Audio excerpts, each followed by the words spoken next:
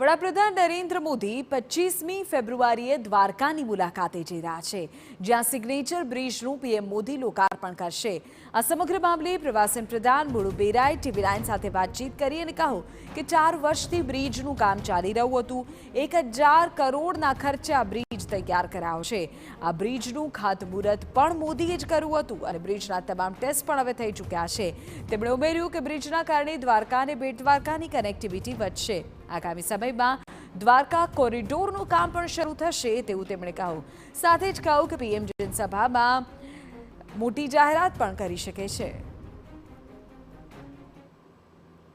એ લોકો માટે ખુલ્લું મૂકવામાં આવશે અને તેની સાથે જ દ્વારકાની પણ વડાપ્રધાન મુલાકાત કરવાના છે। ત્યારે સમગ્ર મુદ્દે આપણી સાથે વાત કરવા માટે કેબિનેટ મંત્રી તેમજ પ્રવાસન મંત્રી મુળુભાઈ બેરા ઉપસ્થિત છે। મુળુભાઈ, સિગ્નેચર બ્રિજ કેટલા વર્ષથી કામગીરી ચાલતી હતી, કેટલા કરોડના ખર્ચે આ બ્રિજ બન્યો છે અને 25 તારીખે કેટલા વાગે આનું ઉદ્ઘાટન થશે? સિગ્નેચર બ્રિજ નો લગભગ 1000 કરોડના ખર્ચથી એનો બ્રિજ છે એ બનાવવામાં આવ્યો છે। ખૂબ સરસ 2.75 જેટલો લાંબો કિલોમીટર આ બ્રિજ છે અને બ્રિજમાં ગેલેરીમાં પણ બધા ચિત્રો છે એ મૂકવામાં આવ્યા છે। ગીતાજીના પણ એમાં શ્લોક મૂક્યા છે અને એકદમ આકર્ષણનું કેન્દ્ર બને એવો એ પ્રકારનો બ્રિજનું કામ છેલ્લા 4 વર્ષથી લગભગ ચાલુ હતું અને 25 તારીખે આપણા દેશના યશસ્વી વડાપ્રધાન શ્રી નરેન્દ્રભાઈ મોદી સાહેબ એનો લોકાર્પણ કરશે। એનું ખાતમુહૂર્ત પણ આપણા આદરણીય વડાપ્રધાન શ્રી નરેન્દ્રભાઈ મોદી સાહેબે જ કર્યું હતું અને જ્યારે આ બ્રિજનું ખાતમુહૂર્ત કર્યું હતું ત્યારે સોમનાથથી દ્વારકાથી સોમનાથનો જે કોસ્ટલ હાઈવે છે એ રસ્તાનું પણ ખાતમુહૂર્ત કર્યું હતું। એ ક્યારનો પૂરો થઈ ગયો છે અને દ્વારકાથી જામનગર આવતો જે વાડીનાર સુધીનો રસ્તો છે એને પણ ત્યારે ખાતમુહૂર્ત કર્યું હતું અને એ રસ્તો પણ ખૂબ સરસ રીતે ત્યાં ક્યારથી પૂર્ણ થઈ ગયો છે। સિગ્નેચર બ્રિજ ના લોકાર્પણથી, સિગ્નેચર બ્રિજ ખુલ્લો મૂકવાથી ત્યાંના લોકોને, યાત્રાળુઓને શું ફાયદો થશે?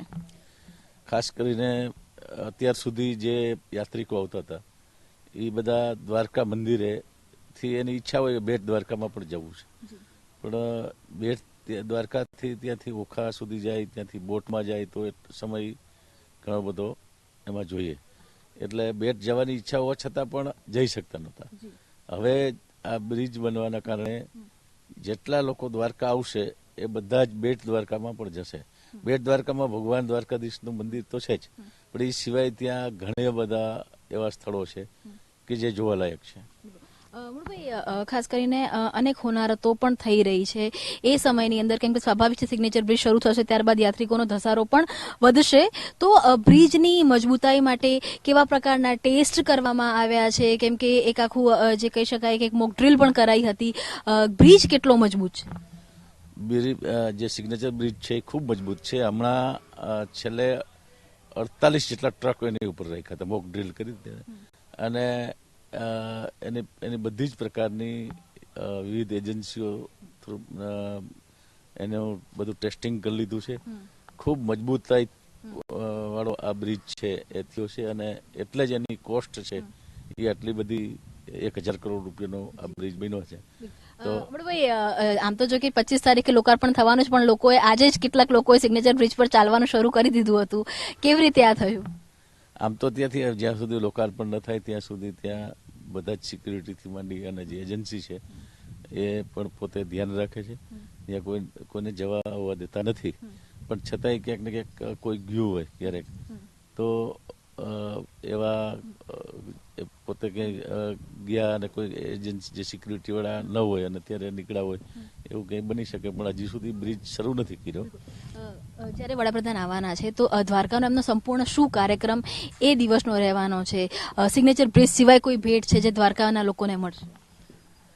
ખાસ જે કંઈક અત્યાર સુધીનો પ્રોગ્રેસ છે એની કદાચ સમીક્ષા પણ થાય અને ખૂબ મોટા કામો જે છે આ સભામાં પછી એક દ્વારકા દર્શન કરીને સાહેબ આદરણીય વડાપ્રધાન નરેન્દ્રભાઈ મોદી સાહેબ એક જનસભામાં પણ આવવાના છે અને ત્યાં જામનગર, પોરબંદર અને દ્વારકા જિલ્લો એના લોકો ત્યાં મોટી સંખ્યામાં ઉપસ્થિત રહેવાના છે અને ત્યાં જ સભાને પણ સંબોધન કરવાના છે। ત્યારે દ્વારકા, દેવભૂમિ દ્વારકા અને આખી દ્વારકાથી સોમનાથ સુધીની આ સર્કિટ છે એ ટુરિઝમની દ્રષ્ટિએ ખૂબ મહત્વની છે. તો એમાં અને બીજા અન્ય વિકાસના કાર્યો માટે પણ ની જે પૂર્ણ થયેલા છે એનું લોકાર્પણ કરશે અને નવા કામોનું ત્યાં ભૂમિ ખાતમુહૂર્ત પણ કરવાના છે. એટલે ત્યાં દ્વારકા માટે એક બહુ મોટા સોનેરી તક કહેવાય એ પ્રકારનો આ દિવસ છે અને તે દિવસે સાહેબ બીજી પણ કોઈ જાહેરાત કરી શકે.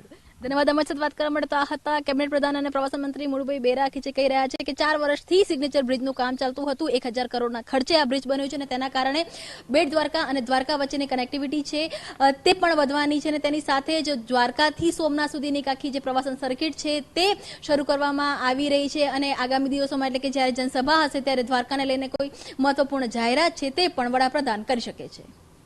કેમેરામેન નવની સાથે કિંજલ મિશ્રા, TV9 ગાંધીનગર.